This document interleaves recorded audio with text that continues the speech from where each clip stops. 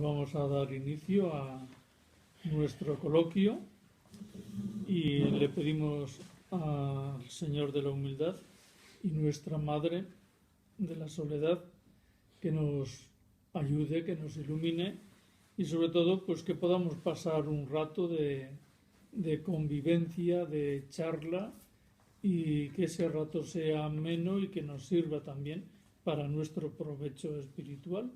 Y lo hacemos en el nombre del Padre, del Hijo y del Espíritu Santo. Amén.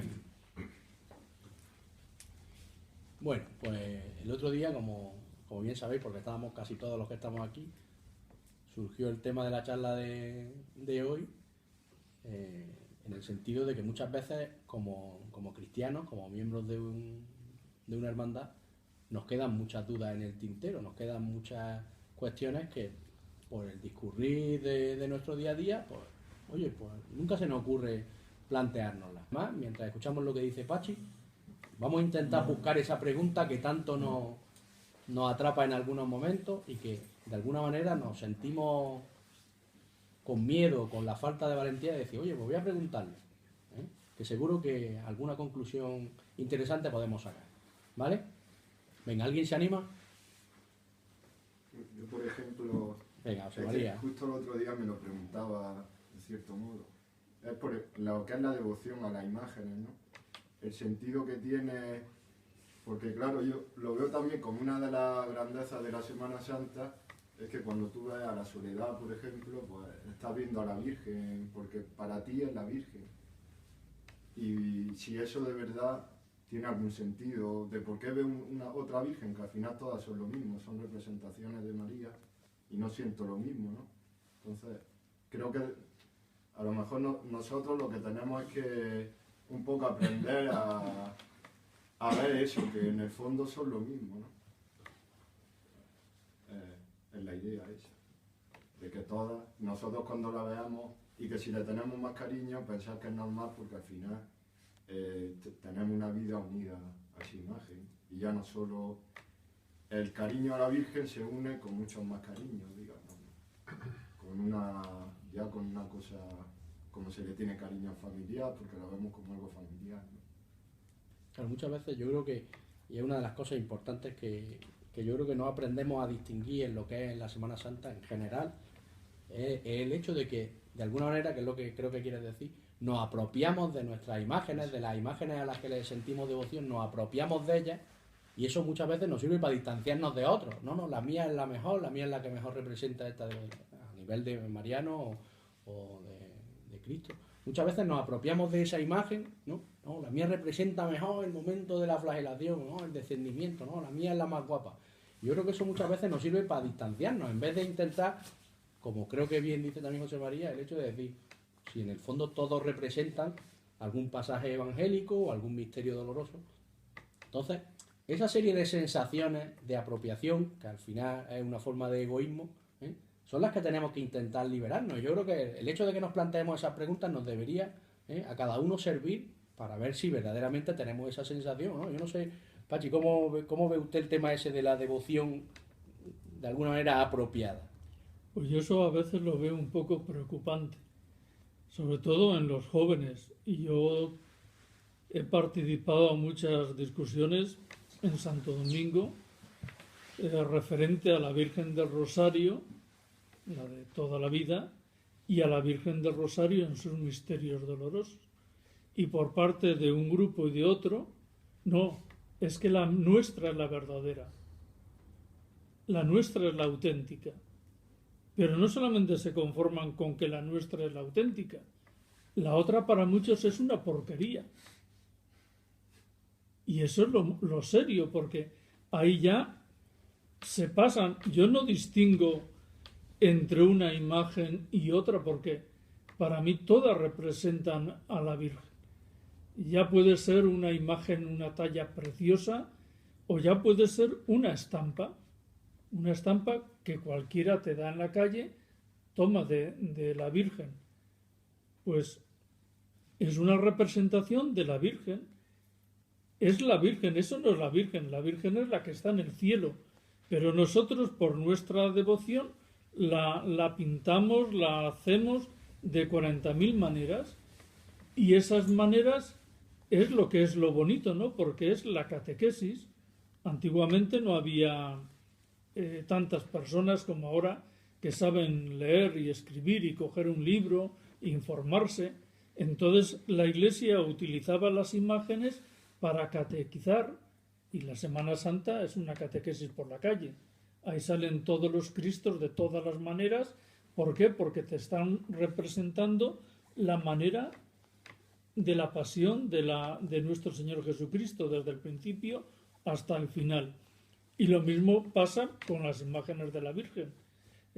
La nuestra pues rompe un poco el esquema, porque las otras, que son más bien de esa tradición copiada de Sevilla, pues son casi todas el mismo estilo, ¿no? A no ser que cambie la forma de la cara o lo que sea, pero la forma es casi siempre la misma, pero bueno, tiene su valor.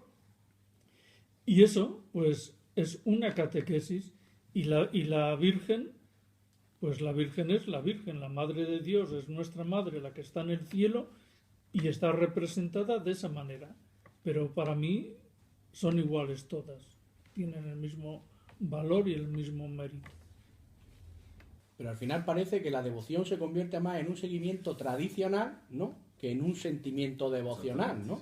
Que yo creo que es lo que muchas veces tenemos que aprender a distinguir, ¿no? Es cierto que, claro, si tú tienes una referencia visual, una referencia estética, que si estuvieran aquí todos nuestros hermanos que son de historia del arte y demás, tenemos aquí a José María, que no lo puede contar perfectamente, el tema de las restauraciones, el tema... Pues claro, cada uno aportaría su punto de vista, ¿no? Pero al final yo creo que muchas veces nos ceñimos al tema de, vuelvo a repetir, lo que es lo mío, lo que es lo que mi familia me ha enseñado, lo que es a la capilla a la que yo me acerco, ¿no?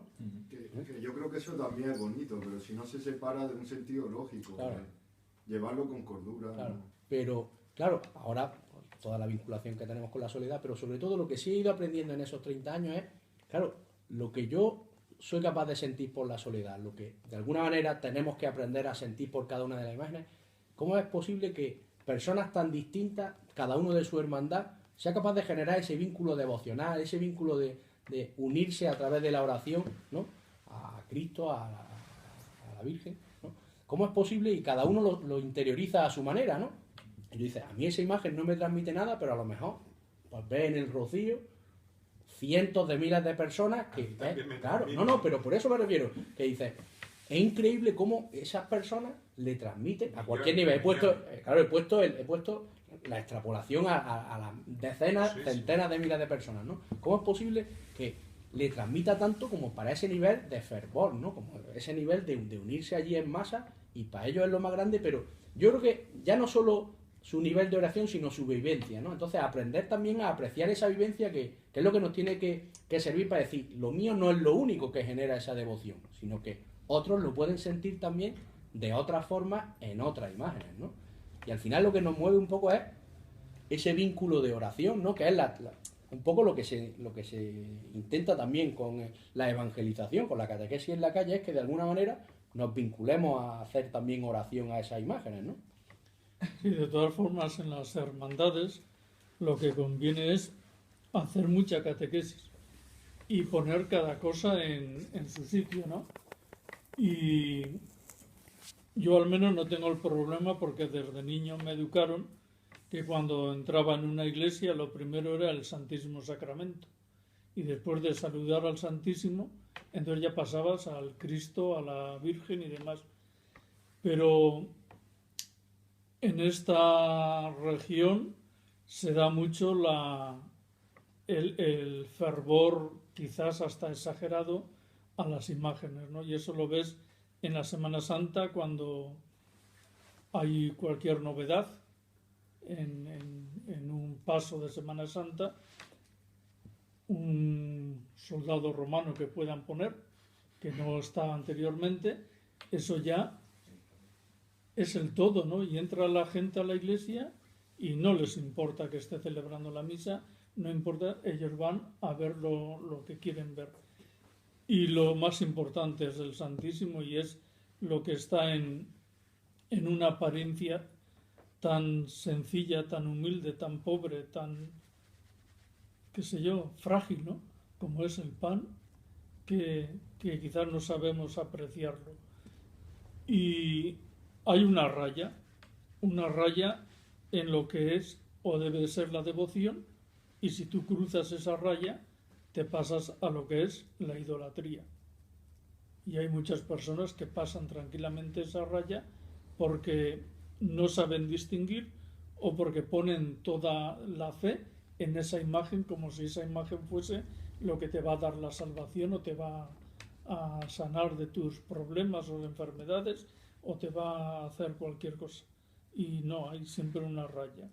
Y esa raya tenemos que respetarla, pero para eso tiene que haber mucha formación en las hermandades. Pero de alguna manera es que yo creo que ha dado ahí la clave. Yo lo comento mucho con mis amigos, el tema de que parece eso, efectivamente, que es que nos saltamos los principios más sencillos, los más básicos. Muchas veces no generamos una dependencia a esas imágenes, como ha dicho bien usted, que parece que ellas son las que nos van a salvar, porque si le pido, él me lo concede, y como en alguna ocasión pues, alguien tiene una promesa y se le cumple, y parece un mecanicismo, ¿no? Parece que estamos utilizando nuestra propia fe como un mecanismo, y parece que cuando no se cumple ese mecanismo es que nos ha fallado Dios, nos ha fallado nuestra fe, tengo dudas de fe, y entonces parece que nos convertimos en anticreyentes porque no se cumplen las cosas que nosotros queremos, no se cumplen. De nuevo vuelvo al principio ese del egoísmo. Yo creo que, por desgracia, en la Semana Santa, en los tiempos que corren, es lo que más se lleva, ¿no? Los de antes También, pero es un mecanismo.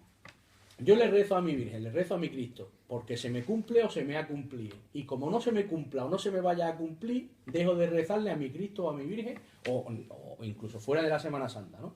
De hecho, algunas de las dudas de fe que tengo en personas cercanas a mí han sido precisamente por cosas así, ¿no? Por distintos problemas, cada uno el suyo, y por hacer algún tipo de petición o oración en el sentido de subsanar sus problemas, y al no concederse, porque la vida es complicada, ¿no? Parece que eso te separa de tu fe, ¿no? Te surgen dudas de fe, ¿no? De hecho, ahora vamos a leer una de las preguntas que ha hecho uno de mis amigos en ese sentido un poco, ¿no? Él tiene esa serie de dudas de fe en el sentido de la trascendencia con la muerte, ¿no? Y muchas veces convertimos nuestra propia fe en un mecanismo, y yo creo que ese mecanismo nos separa de lo que debería ser la fe, ¿no? Que tiene que ser una cosa mucho más cercana y sobre todo no mecanicista, ¿no? No de causa-efecto. Y santos, como puede ser, por ejemplo, el San Judas Tadeo de Santo, que siempre lo ve lleno de promesas y de rituales, siempre. Religiosidad popular, digamos. Sí, No, pero, y vuelvo a repetir, yo de alguna manera, y me declaro de alguna manera, no antipromesa, sino que no la entiendo, ¿no? Pero es cierto lo que he dicho antes, que la gente vincula su fe a eso, y hay que también entenderlo, ¿no? Para mí es complicado porque yo personalmente no lo entiendo, ¿no? Pero es cierto que mucha gente funciona así, y es una forma también de acercarse a Dios, ¿no? El problema es cuando lo conviertes en una causa-efecto o en un mecanismo de si no, me separo de Dios, ¿no? Claro, Ahí es donde veo yo el problema. Que hay muchas veces en las que la vida te pone situaciones muy complicadas y son muy difíciles de llevar adelante. Yo creo que desde siempre se ha tenido uno como es que mi Dios, yo me agarro a Dios en los momentos tanto buenos como malos, pero muchas veces es como el necesito algo más para seguir adelante, porque hay situaciones muy complicadas en la vida que si uno tiene sus mecanismos para seguir adelante las puede sobrellevar, pero si no es muy complicado. Nos han puesto aquí, pero nos han dicho, venga, caminar. Ese es el misterio de la trascendencia. Necesitamos algo por encima de nosotros que nos genere una causa, que nos genere una... Yo creo que todos los que estamos aquí, pues a lo mejor por circunstancias hemos tenido pues, a lo que se refiere Isa, ¿no? Y por ejemplo tú, también tu padre murió muy joven, siendo tú joven, los míos también, luego un hermano, y a lo mejor en esos momentos te cabe siempre esperas algo más y tal, pero bueno, si tu fe es la que es y tú sigues creyendo, pues mira, una piedra que se ha puesto en el camino, sigue adelante y ya está, porque no puedes hacer otra cosa más. El problema está en cuando convertimos pues no se ha cumplido mi promesa. Cuando lo convertimos en un distanciamiento de fe, y eso, vuelvo a repetir, yo creo que nos ha sucedido casi a todos. Es lo mismo como ha dicho el padre en el principio.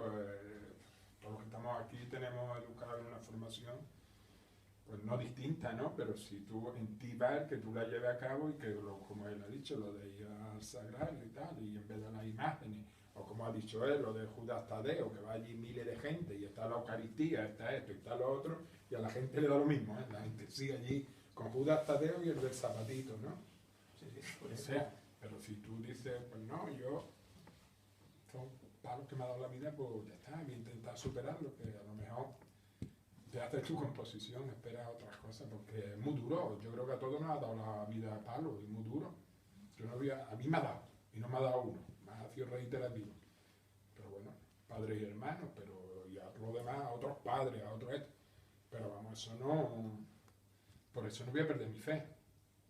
Pero es que, eso lo tengo claro. Pero porque lo que debemos sacar como conclusión es que nuestra fe no se tiene que basar eso en una causa-efecto. Creo que es la conclusión a la que tenemos que llegar. Cada uno que se acerque como quiera a esas formas de oración, a esa forma de petición, ¿no? Porque se nos enseña a pedirle también al Padre, ¿no? O sea que el hecho de solicitar ese cumplimiento de promesa es una forma de acercarnos a Dios en esa petición, ¿no? Pero que el hecho de que no se nos concedan no se convierta en no me ha escuchado, porque eso ya es una forma de alejarnos de él, ¿no? Hombre, yo creo que en ese caso la fe la tenemos que utilizar más que para pedir que alguien se cure o que pase un milagro o lo que sea, para que te ayude a ti a afrontar lo que está pasando. El problema que tienes en realidad y el que te pueda venir.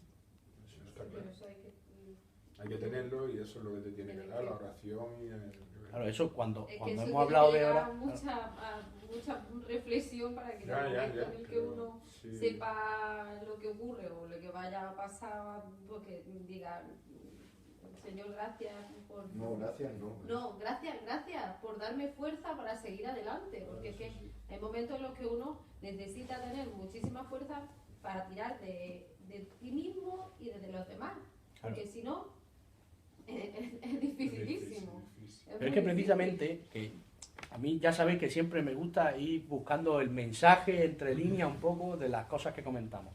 Y yo lo vuelvo a repetir porque al final lo saco en cada charla, en cada reunión, saco siempre el mismo mensaje. Esa fuerza de la que nos habla Isa es de la que se supone, en la que nosotros creemos que Dios nos regala cada mañana para que afrontemos y regalemos a los demás. Esa es nuestra fe. Y por eso no debemos dudar de nuestra fe. Debemos dudar de cómo aplicamos esa fuerza. Debemos dudar de si, como seres humanos egoístas que somos, de si la aplico al que me acaba de hacer daño o no. Debemos, pero no de que tengamos esa fuerza, que es lo que a mí me gusta decir, me gusta sacar como conclusión. La fuerza esa, el amor, la capacidad de amar, nos la regala Dios cada mañana. Esa es nuestra fe. Entonces, ¿cómo articulamos esa fuerza? Ahí es donde ya está nuestra capacidad de elegir, que también es nuestra fe, el libre albedrío. Entonces, esas son las cosas que tanto trabajo nos cuesta. Y ahí es donde está nuestro trabajo. Por eso no debemos dudar de nuestra fe está clara. Ahí tenemos el amor. Se nos enseñó hace 2000 años y se nos enseña cada día. Lo que hagamos con ese amor es lo que cada mañana, a las 3 de la tarde, antes de hacer la tortilla liada, es lo que depende de nosotros. ¿Qué hacemos con esa capacidad de amar, con esa capacidad de esforzarnos por el otro, con esa capacidad de poner la otra mejilla? Y ahí es lo difícil, en que muchas veces, como tenemos que elegir, preferimos que elija otro. Y claro, y a lo mejor lo que elige otro ya no nos trae tanta cuenta. Y lo convertimos en esa espiral, en la que llegamos a decir, es que no se hace las cosas como a mí me gusta, es que no se me conceden las cosas, es que... No me sale nada. Claro. Entonces muchas veces depende mucho más de nosotros. Y esas dudas de fe, que son legítimas, al final es más, oye, si tengo esas capacidades, si creo en que tengo esas capacidades, si he visto cómo otras veces he ejercido esas capacidades y ha surtido ese amor, ha surtido ese bien, ¿por qué hoy no? Yo creo que todo eso son mensajes que, si nos paramos a pensar, son mucho más profundos de lo que aquí lo estamos tratando, porque al final es lo que nos toca a cada uno. La capacidad de decidir cómo reparto el amor que tengo cada día. Y muchas veces eso es lo que más trabajo nos cuesta. Porque decimos, no, esto para mí. como ayer me fue muy mal, como antes de ayer, como este trabajo no me ha salido bien, como pues, para mí. Prefiero recibir, ¿eh? Y yo creo que en eso lo tenemos que tener muy claro, ¿eh? Oye, y claro, eso cuesta mucho porque muchas veces se aprovechan de nosotros. Poner la otra mejilla, que es la frase más famosa de cuando alguien te hace daño. ¿Pero por qué tenemos que poner la otra mejilla? Pues, oye, tenemos esa capacidad, tenemos esa forma de afrontar las cosas.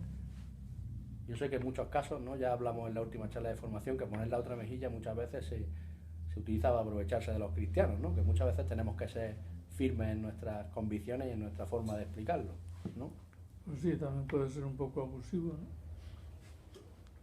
Bueno, la imagen en este caso, es decir, tanto la imagen del Señor dentro de la humildad como el dulce nombre como de la solidaridad, vienen a recoger un poco nuestras necesidades de fe y las están cumpliendo porque se está viendo que ahora mismo en la actualidad hay una serie de personas, cientos de personas que siguen la fe o se ayudan a seguir su fe gracias a estas imágenes. Entonces, hombre, también es cierto. Bueno, pero tampoco hay que ser categórico, Claro. ni por un lado ni por otro. Hace 10 minutos hemos estado hablando justamente de lo contrario, Claro, sí, de que las imágenes no podían representar, no podíamos idolatrar, y si ahora llegamos al punto en un bando o en otro de no me refiero ya de en este buscar caso la a cruzada. No, pero, que nos ayude. pero el hecho de que muchas veces también no se nos puede olvidar de que hermandades que llevan relativamente poco tiempo, ¿no? De hecho, ahora hay una que intenta hacer una salida extraordinaria, creo que tiene 25 años y la imagen pues, no tendrá mucho más tiempo de devoción. Entonces, se puede generar también una devoción en un tiempo relativamente corto a una imagen. El ejemplo más claro Claro. es el de la luz del Ciri. No, pero por eso me refiero, ¿no? Por eso me refiero, que muchas veces tampoco es una cuestión de que Sí, no, una imagen nueva no pueda tener su devoción, ¿no? no, si yo de eso no lo niego, es decir, que cada imagen tenga su Pues yo creo que lo que ha dicho él lleva razón.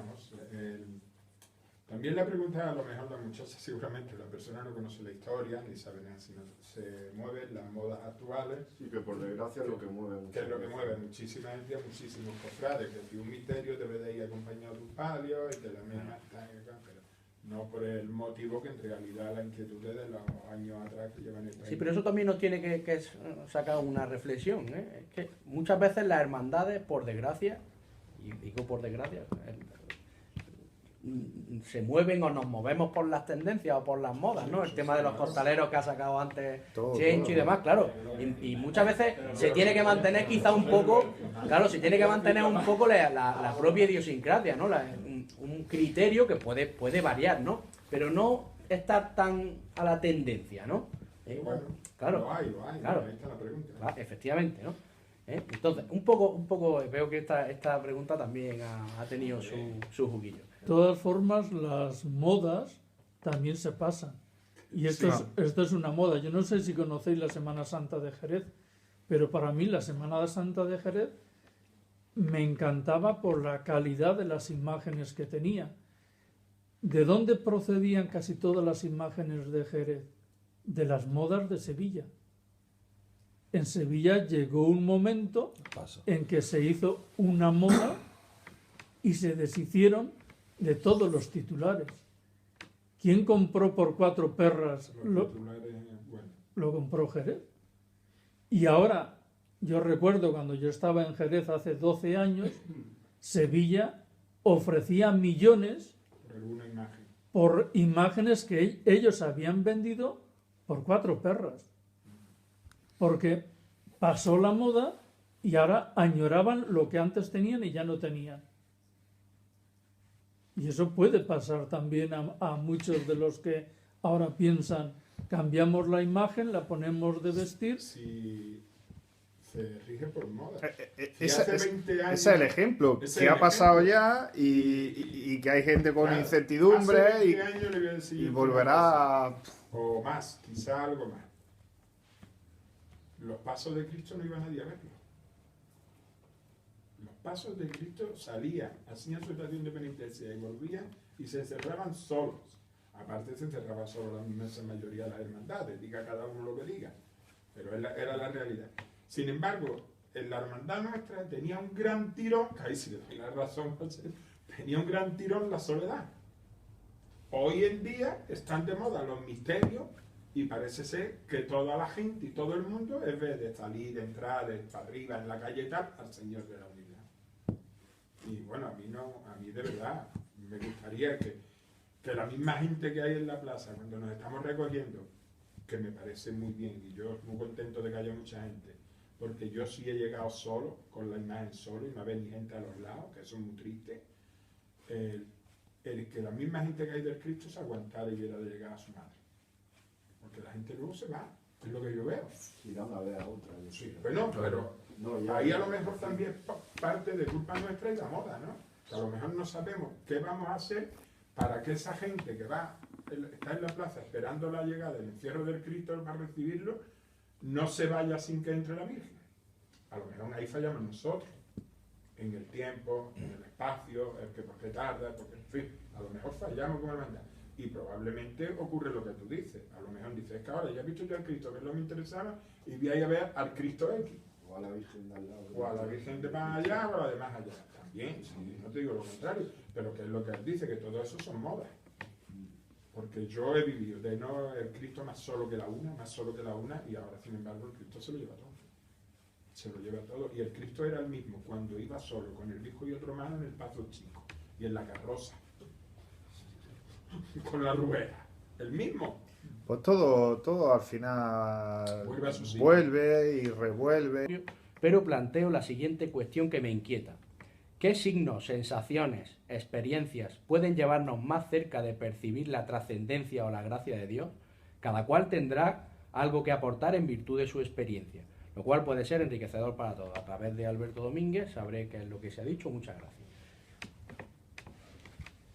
Su inquietud de siempre ha sido un poco eso, ¿no? Cómo verdaderamente percibir esa trascendencia o esa sensación de fe, saber solventar esas pequeñas o grandes dudas de fe, esos huecos de fe que por las circunstancias de la vida pueden a cada uno acaecernos. ¿Cómo podemos tener esa capacidad de trascender más allá de lo que es la fe que podemos sentir todos los días, ¿no? ¿Cómo podemos, de alguna manera, es que es complicado, es lo más complicado, es visualizar la fe, lo que siempre se Yo nos plantea? yo no lo veo complicado, lo veo facilísimo. Efectivamente, ahí es, por eso le hace la pregunta a usted. Y lo veo tan fácil, pero lo único es dónde pones tú la meta. Si tú pones la meta en una imagen o lo que sea, ya estás perdiendo espacio y tiempo. Para mí es poner la meta en las verdades de nuestra fe, es decir, en lo que te enseña la Iglesia, en la vida de los sacramentos. Si no hay una vida de sacramentos, no todo lo demás que construyes es algo vacío. Estás haciendo un cajón que puede tener resonancia, pero no tiene vida propia. Entonces, la fuente principal que nos sostiene, que nos alimenta, que nos mantiene, que nos empuja, que nos renueva, es el sacramento de la Eucaristía, es la misa. A una persona que le falta eso, todo lo demás está hueco. Es como, yo recuerdo de niño, que teníamos vacas, mi madre ordeñaba las vacas y luego había que hervir la leche. Y ponían unos calderos muy grandes. Y además el caldero tenía que ser muy grande porque la leche al hervir levanta. Entonces cuando levantaba y nosotros éramos niños, nos daba una sensación de alegría. Hay que ver cuánta leche vamos a tener hoy, porque subía. Pero luego, claro, cuando quitabas el fuego, todo eso bajaba y te quedabas en la realidad. Pues lo mismo nos pasa a nosotros. Si no te vas a la fuente, que es de donde viene toda gracia y viene todas esas potencias del alma que te sostienen, que te empujan, que te alimentan, entonces has creado una vida vacía que no se va a llenar nunca.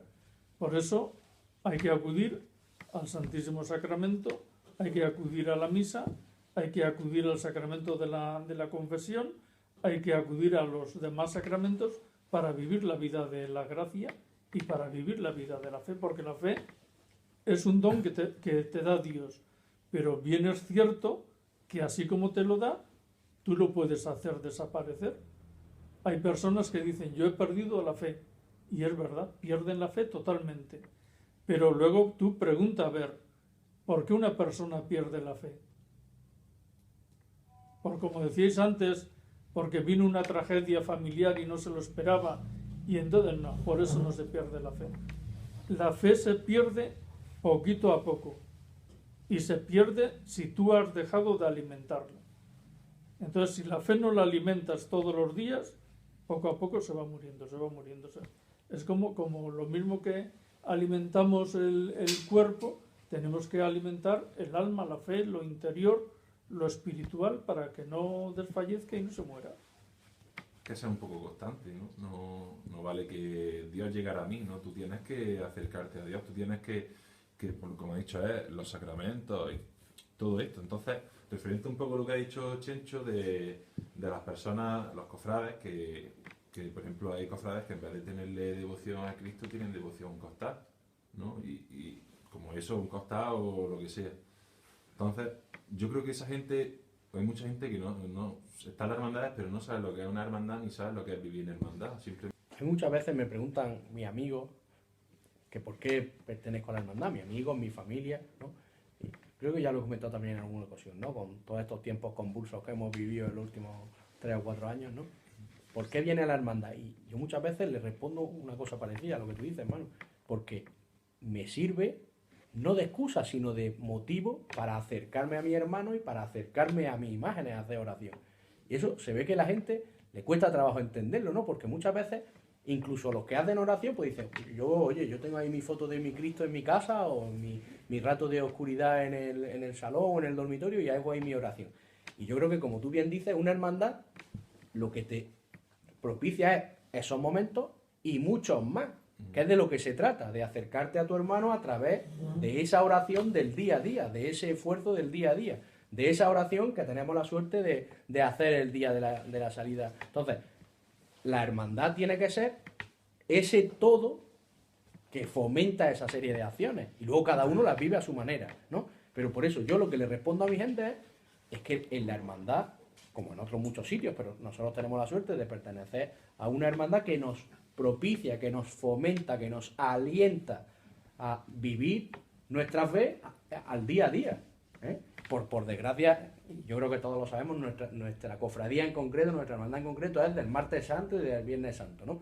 Y mucha gente se olvida eso, del día a día con sus hermanos, del día a día con su hermandad, del día a día en Santo Domingo, ¿eh? Yo creo que por eso intentamos hacer toda esta serie de actividades, para seguir explicándole a los 5, 10, 50, 2000 que estemos aquí, que una hermandad te favorece a hacer estas cosas, te lo promueve, te lo propicia. Y ya es nuestra elección, el venir aquí o no. Porque como tú dices, para irnos al bar, pues nos vamos al bar dentro de un rato. Pero, oye, si tenemos este momento de charla, de reunión, de compartir esas ideas que nos debe enriquecer, oye, pues en otro sitio, en el bar, pues hablamos de fútbol y hablamos de política, pero en la hermandad tenemos la gran suerte de poder hablar de estos temas, ¿no? Entonces, utilicemos la hermandad, ¿no? Usemos la hermandad, vivamos la hermandad, que al final es de lo que se trata, ¿eh? O sea, aprendamos de todas estas experiencias para enriquecernos y decir, oye, pues si es que para eso vengo, ¿no? Yo creo que eso es lo que nos debe mover de alguna manera, ¿no? De todas maneras, Pachi, sobre todo la pregunta de mi amigo iba quizá un poco más allá de lo que es su vivencia. Era la vivencia de esa trascendencia después del fallecimiento, después de la pérdida de alguien querido, ¿no? Que de alguna manera, cómo percibir lo que nosotros también es uno de los fundamentos de nuestra fe. Si Cristo ha resucitado, ¿resucitará el que he perdido? ¿Resucitaré yo si el día que me muera? Literalmente me preguntó mi amigo, ¿cómo será el cielo, no? O sea, era ese nivel de trascendencia del que habla en su pregunta, ¿no? ¿Cómo es posible explicarle eso? ¿Cómo es posible explicar eso que son los grandes misterios de nuestra fe? Ya, lo que pasa es que a veces nosotros no entendemos lo que realmente interviene Dios en nosotros mismos. Dios no está constantemente diciendo a este una angina de pecho, a este no sé qué, a este se va a romper. No. Dios ha creado el mundo y ha creado un orden en el mundo y todo sigue ese orden. Entonces, la Tierra, que es nuestro planeta, de vez en cuando tiene una sacudida y esa sacudida se puede llevar a miles de personas. Pero no está planificado por Dios que la Tierra tenga esa sacudida, sino que es propio de la vida de la Tierra el tener en ese momento esa sacudida. Lo mismo el cuerpo humano. Igual haces un viaje, te contagias de una enfermedad y te mueres. No estaba planificado. Dios no había planificado eso. Sino que nosotros tenemos pues unas limitaciones que nos hacen ser frágiles en todo momento. Yo no sé, una vez yo estaba en un santuario a ver una virgen que era muy famosa en Salamanca y resultó que nos sentamos allí unos cuantos y viene una viejita, se sienta con nosotros, pero no se dio cuenta que la piedra donde estábamos nosotros sentados no tenía respaldo, ella se echó para atrás, cayó a un vacío que había, bajamos, dimos la vuelta, yo cogí la mano, metí la mano para levantar la cabeza de la señora y me llené la mano de sangre, ya estaba muerta. Entonces, cuando pasa una cosa, te das cuenta de la fragilidad. Somos tan frágiles que nos rompemos como un cristal. Ahora, otro punto es, nosotros sentimos, por supuesto que sentimos la muerte de un ser querido, pero somos hijos de Dios.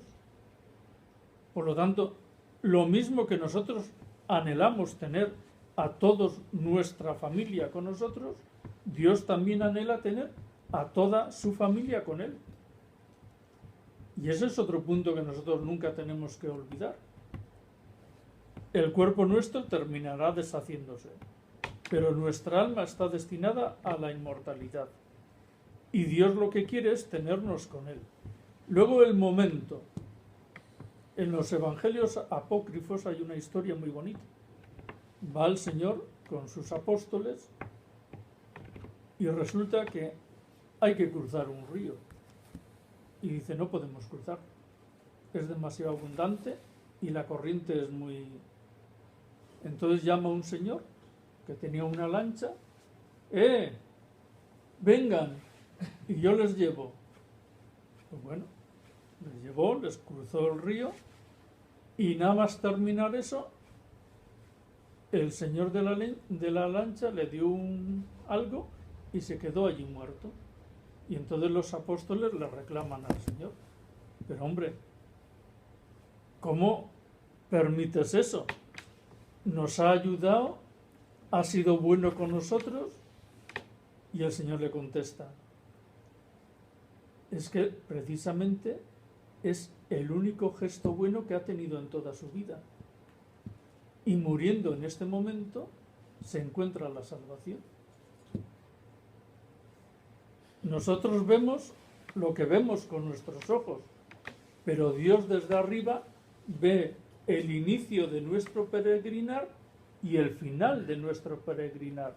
Ve la peregrinación completa.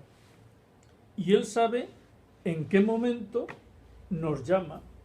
Y Él sabe en qué momento quizás sea más bueno o sea más malo. Igual tú le estás pidiendo al Señor que te dé larga vida y el Señor contempla tu vida y si te quiere, pues te tiene que llevar antes. Porque si no, igual sabe que te vas a perder y va a ser demasiado tarde. Es decir, que esas son cosas que no puedes tú cuestionarle a Dios o exigirle a Dios o pedirle a Dios. Yo es que creo que muchas veces yo creo que esa es la parte que a las personas que vivimos de alguna manera la fe o intentamos vivirlo de manera así más intensa, muchas veces nos pasa eso que, y yo creo que es lo que le pasa a mi amigo, el no sentirse de alguna manera, no escuchado como el mecanicismo ese del que hemos hablado al principio, sino si yo quiero, que es una de las cosas de las que también se nos llama a ser o a entregarnos al designio de Dios, ¿no? Si yo quiero, por mi fe, por mi forma de vivir la fe, si yo quiero entregarme al designio de Dios, ¿no? Al llamamiento de Dios hacia mí, muchas veces lo que nos pasa es que no somos capaces de asumir ese designio, no somos capaces de asumir esa llamada, que decimos, si yo quiero entregarme a ese amor que Dios me da, ¿por qué me corresponde de esa manera desde nuestro punto de vista humano y egoísta? Que yo creo que es justo la respuesta a la pregunta. ¿Por qué no me corresponde a ese esfuerzo que yo hago por entregarme a Dios? Que yo creo que esa es la duda que nos separa. Y estoy casi seguro de qué es lo que le pasa a él. Él se siente abocado a vivir como un buen cristiano, pero como por las circunstancias de su vida, pues ha tenido pues eso, algunos problemas, ya le digo, existenciales, de fe y cosas así. Quizás su gran problema es que yo creo que nos pasa a todos. Si yo quiero vivir como un buen cristiano, ¿cómo es posible que no se me corresponda como tal? ¿No? Y claro, y se vuelve a convertir en un mecanismo. Como yo lo hago bien, espero que se me trate bien. Entonces, esa sensación de que nos falta esa correspondencia, al final esa sensación del amor de Dios, es lo que nos hace separarnos. Yo creo que de alguna manera todos hemos vivido esa falta de Dios no me escucha o Dios no me quiere hoy como yo necesito que me quiera, ¿no? Y igual que nos pasa con Dios, nos pasa con nuestros hermanos. Muchas veces nos separamos de nuestra familia, nos separamos, cuando digo nos separamos me refiero emocionalmente, ¿no? Nos separamos de nuestra pareja, nos separamos de nuestros amigos porque en algún momento no nos ha correspondido como nosotros esperábamos, ¿no? Y eso de alguna manera es también una falta de fe, evidentemente de fe mundana, ¿no? Pero muchas veces nos pasa eso. Y es porque esperamos, en función de nuestra entrega, a esa amistad o a esa fe, ¿no? O a ese amor a nuestra pareja o a nuestros hijos, que se nos corresponda de igual manera, ¿no? Entonces yo creo que eso es lo más difícil, el asumir que muchas veces la vida no nos responde como nosotros esperamos, ¿no? Y eso es lo que nos causa esos distanciamientos, que es lo difícil de asumir. Entonces, claro, si pensamos, como he dicho, Dios no es mecanicista, Dios no es el demiurgo, Dios nos ha puesto aquí y ya no está pendiente de, no, a ti, ahora un 7 en un examen, no, a ti ahora te toca la lotería, no, ahora a ti a las 10:20 acabamos la charla. Entonces muchas veces nos entregamos a ese designio y y como no nos corresponde, parece que ya me enfado, ya me siento solo, y quizás es el sentimiento de esa soledad, ¿no? Ya no solo el de la pérdida de la persona que ha fallecido, sino el de la soledad del padre al que te quieres entregar por tu propia fe, por tu propia convicción, y de alguna manera, que ahí es donde está el error como humano, pensamos que él es el que nos falla. Que yo creo que esa es la clave. Nos sentimos tan protagonistas de nuestra propia existencia que pensamos que cuando las cosas no salen mal o no salen como nosotros esperamos, no, es que ha sido Dios el que no me ha ayudado. Lo que pasa es que yo en eso, tal como tú lo contemplas, yo no lo veo así, porque yo lo primero que pienso cuando tú dices eso, pues ahí lo que falta es precisamente la fe. Efectivamente. Y luego además, la fe es una virtud de las teologales, pero son tres: fe, esperanza y caridad. Y las tres van entrelazadas. Si tú realmente tienes fe, si tú tienes esperanza y si tú tienes amor, no se dan esas situaciones. Porque incluso en las situaciones más adversas o más negativas, siempre tienes otra salida. Y esa salida está en trabajar, en esforzarte, en superar y luego en darte cuenta que hay miles de personas en el mundo que están siempre peor que tú. Y no es que sea un consuelo de tontos, es una realidad. Cantidad de personas que están mucho peor que cualquiera de lo que podemos estar nosotros. Y cantidad de personas que sufren situaciones mucho peor que las que hemos sufrido nosotros. pero han tenido fe, han tenido esperanza y han tenido amor. Entonces, si te faltan esas cosas, no puedes amarrar tu vida porque no tienes base. Es como si quisieras coger el agua con una cesta de mimbre. Claro. Es que yo creo que es la gran reflexión a la que debemos, la gran enseñanza que debemos sacar hoy. Precisamente cuando nos sintamos así, como ha dicho Pachi, no es que haya otro peor, sino cómo es posible que otro en peores circunstancias siga manteniendo su fe, siga manteniendo su capacidad de amar, y yo que tengo la suerte de estar en una hermandad, de tener una serie de capacidades de personas que me rodean y me quieren, de tener unas capacidades financieras, de tener la suerte de... ¿Cómo es posible que yo falle? Esas son las preguntas que muchas veces nos deberíamos hacer. No porque ha fallado mi conexión espiritual, es que le he pedido y no me ha dado, sino ¿cómo es posible que con las capacidades que están puestas a mi alcance, otro que no las tiene sea capaz de seguir amando y yo no? Yo creo que esa es la gran conclusión a la que debemos llegar, ¿eh? Y esa es la pregunta que me gustaría lanzaros a cada uno de vosotros para cuando salgamos de aquí, ¿eh? Algunos de los que estáis aquí sabéis que os lo he hecho esa pregunta de alguna manera. ¿Cómo es posible que si ayer fuiste capaz de amar, hoy estás en la situación de que ya sabes cómo se ama y pienses que hoy no puedes? O elijas no poder. Yo creo que esa es la clave de nuestra fe. Y ya te digo, la respuesta la tengo muy clara cuando me pregunte mi amigo, ¿cómo fue el tema? Y Pachi nos lo ha dejado claro, ¿no? Confía, Jason. Jesús nos habla de una enciclopedia de libros, ¿no? En el que al final es ponte en manos de Dios. Pero ponte en manos de Dios no se puede quedar solo ahí. Tienen que ser nuestras acciones las que aman, ¿eh? Nuestras acciones son las que aman. Nuestra fe, nuestra esperanza y nuestra caridad, nuestro amor hacia los demás. Eso es lo que hace que nos vinculemos al otro. Y eso es lo que se supone que es nuestra fe en mayúsculas, se basa en esas virtudes teologales. Por eso yo creo que es la gran enseñanza que debemos sacar esta noche, ¿vale? Bueno, y para acabar, yo creo que, aliviando todo el nivel de trascendencia, una pregunta que nos indica también cómo está el patio últimamente, ¿eh? Uno de nuestros hermanos, Pablo, nos puso a través del Twitter una pregunta que ya os digo, es una cosa curiosa y que quizá nosotros podamos responder desde la equidistancia, ¿vale? ¿Qué representa más fielmente el sentido de la Semana Santa? ¿Las hermandades de silencio o las hermandades de barrio? Más alegres pone, ¿no? Claro. Las hermandades Que son como más alegres. Claro, entonces, quizá entre todos podamos sacar un poco el concepto de hermandad de silencio y hermandad de barrio. Pachi, yo no sé si usted tiene un poco alguna visión de lo que es una hermandad de silencio y una hermandad de barrio, ¿no? Ahora yo creo que lo que representa es cómo tú lo vivas. Qué más da que sea de una que sea de otra.